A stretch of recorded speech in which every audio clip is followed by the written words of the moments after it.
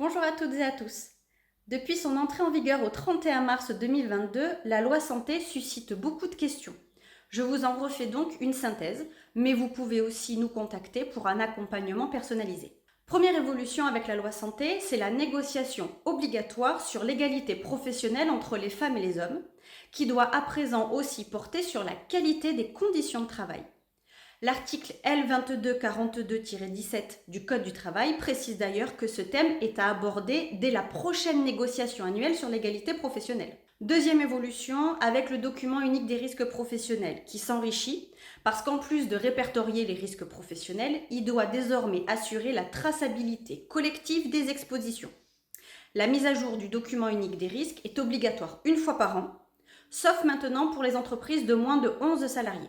Sa conservation doit durer 40 ans et elle sera sur une plateforme dédiée. Il y a désormais aussi obligation de consulter le CSE sur le document unique des risques ainsi que sur ses mises à jour. C'est prévu à l'article L4121-4 du Code du travail. Troisième évolution, pour toutes les entreprises de moins de 50 salariés, il faut désormais établir un programme annuel de prévention des risques professionnels et d'amélioration des conditions de travail.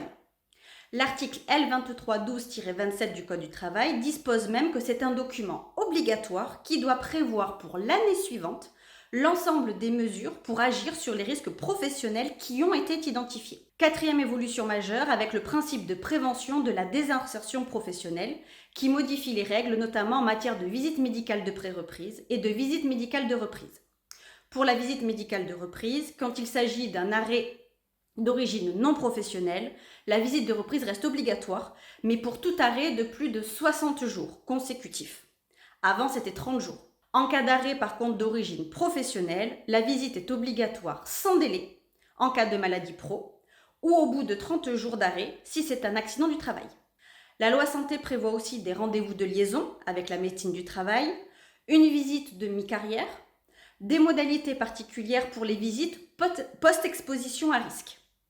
La loi santé modifie aussi la durée de la formation obligatoire santé, sécurité, conditions de travail des élus du CSE titulaires comme suppléants. Cette durée est depuis le mois d'avril portée à 5 jours pour l'ensemble des élus du CSE et 3 jours en cas de renouvellement de mandat. Des conseils individualisés ou des demandes de formation sont à votre disposition auprès de nos experts. Passez une bonne journée.